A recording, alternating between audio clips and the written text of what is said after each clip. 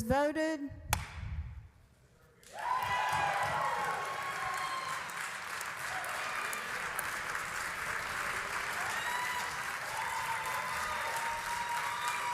Burrows.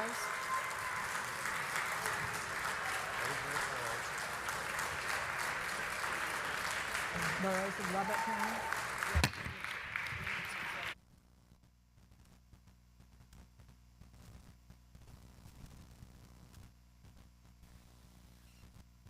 Are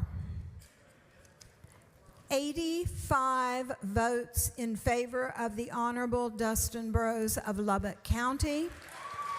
There are 55 votes in favor of the Honorable David Cook of Tarrant County and 9 present not voting. Pursuant to the Constitution and laws of the state of Texas, I declare the Honorable Dustin Burrows of Lubbock County to be the duly elected Speaker of the House of Representatives of the 89th Legislature. Will the Speaker-elect and your family please assemble at the Chief Clerk's office and proceed to the dais?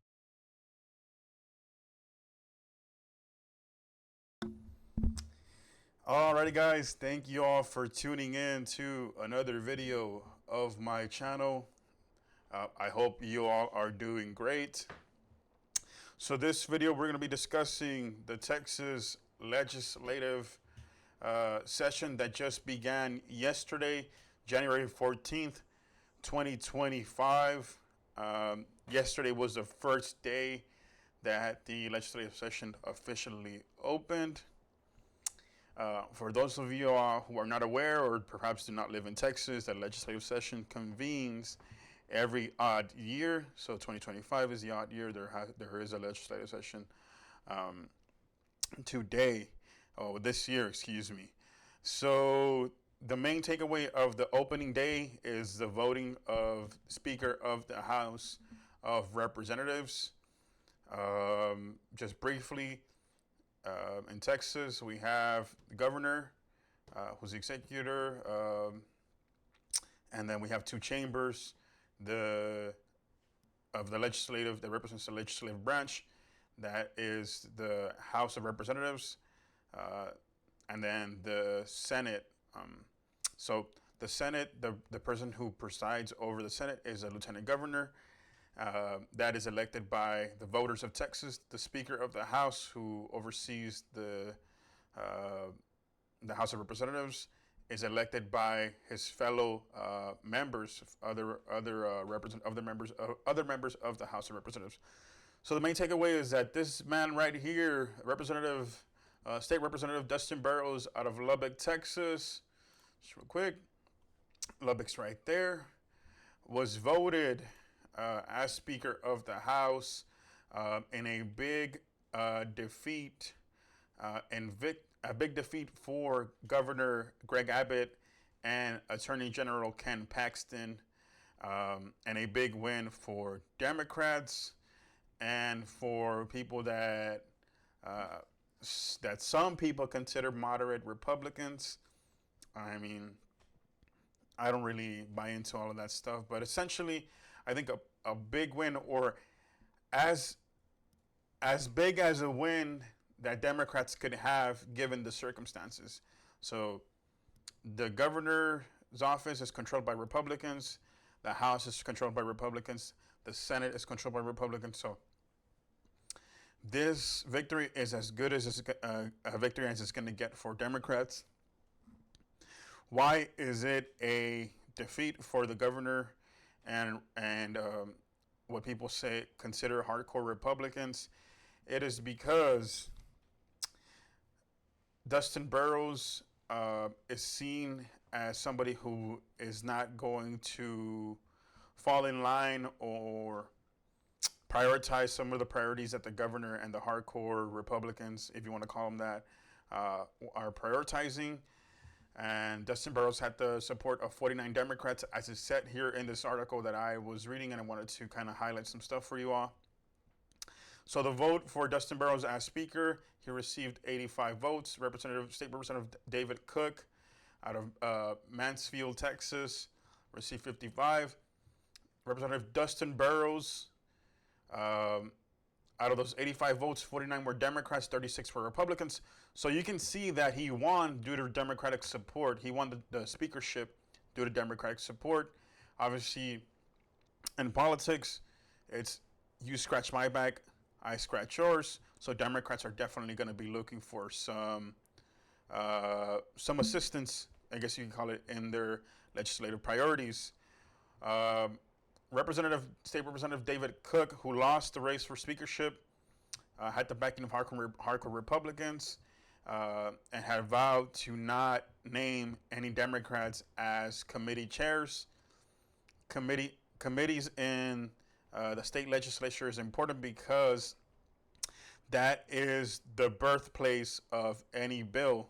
So when when a representative files a bill, something that they wish to become law, it starts at the committee level. They file it.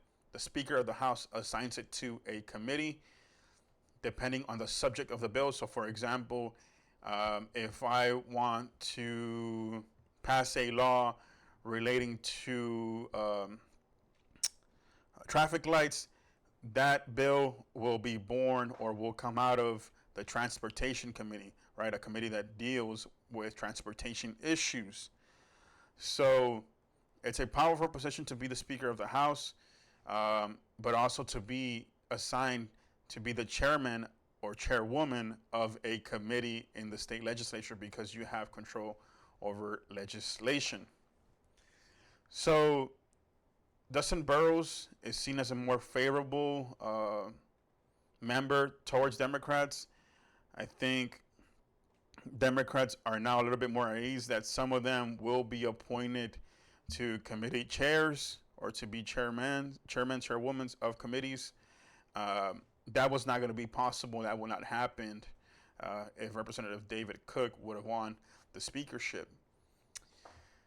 Where I think people get it wrong, or Democrats get it wrong, is that Governor Abbott and Ken Paxton are still very powerful in Texas. So I'm not trying to bore you all or confuse you all, but in 2023, there was the impeachment of Attorney General Ken Paxton, right, in the House. They said, hey, we believe he should be impeached.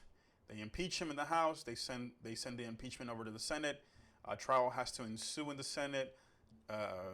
Ken Paxton is represented by an attorney, none other than the powerful Tony Buzbee, and the jury is none other than a Republican-controlled Senate. So ultimately, the Senate acquits Attorney General Ken Paxton.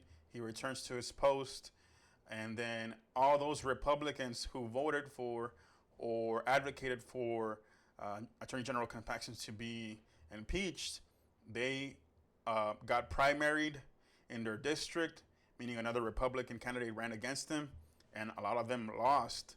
So a lot of new Republicans are coming into this legislative session, that are called freshmen, with the backing of and support of Governor Abbott and Attorney General Ken Paxton, and really a lot of these new Republicans who have the support of Governor Abbott and the Attorney General only won those races because of that support. So they owe a lot of their political success and political loyalty to Governor Abbott and his priorities. So I think Dustin Burrows, the gentleman you see here who won the speakership, understands that, and threats have already been made by other Republican members, that he's going to be primaried whenever this session ends. He understands that he has to toe a line where he still has to prioritize. At least this is what I think. I think what is going to happen is that he's still going to prioritize. Speaker of the House, Dustin Burrows, is going to prioritize, Governor Abbott's legislative priorities and bills and those hardcore Republicans' agendas than what people would say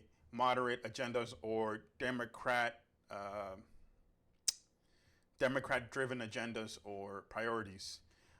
But this gives Democrats more of a chance to pass certain legislation that's not necessarily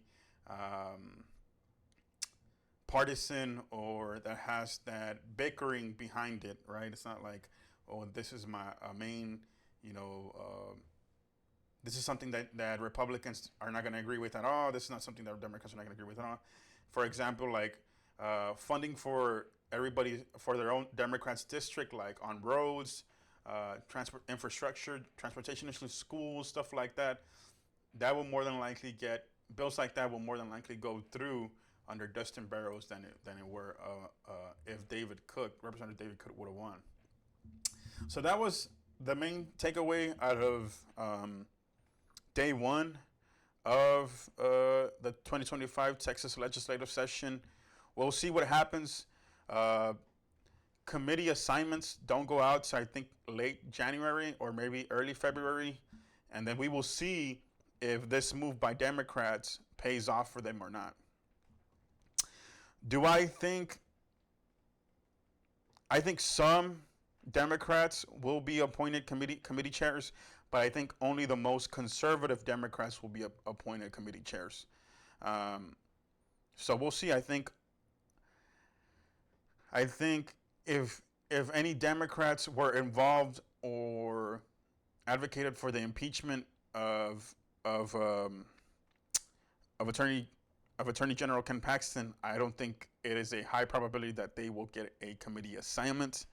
But like I said, it just depends on their voting before. I think there's a few Democrats, especially by the border, who their voting record is kind of, if not considered conservative. So we can see some of those appointed to some committee chairs. But I think ultimately Dustin Barrows will toe the line because, look, he's going to face a primary challenger. They already said it. The Republicans already said it. Some of his members and the GOP chair of the party has already said that he's going to be primaried as soon as the session ends. So he has to toe that line to still appease his hardcore conservatives, while at the same time try to how can you say that?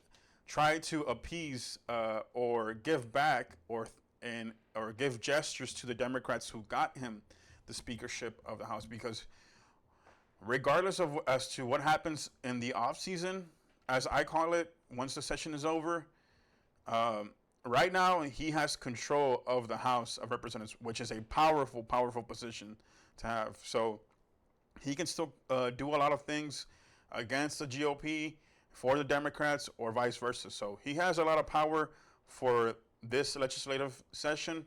So that off-season talk, that's the off-season. Right now we're in season, so we'll see what happens, guys. I'll try to make these updates from the legislative session. I'm not in Austin. I'm back home. I'm just doing this from my living room. I'll try to keep y'all updated as to what happens. Let me know what you all want me to focus on. I'll try to go whenever the committee chairman's or chairwoman's assignments come out. I'll try to go over that. And also when the governor speaks or gives his state of the state, where he will lay out his legislative priorities. So thank y'all for tuning in, guys. I appreciate you all's support. Please share, subscribe. I'm just doing this off of my living room because I love politics and I live here in Texas. So all of the things that happen here affect myself, but also my neighbors, my family, and the well-being of the citizenry of Texas. So thank y'all. Y'all have a good night.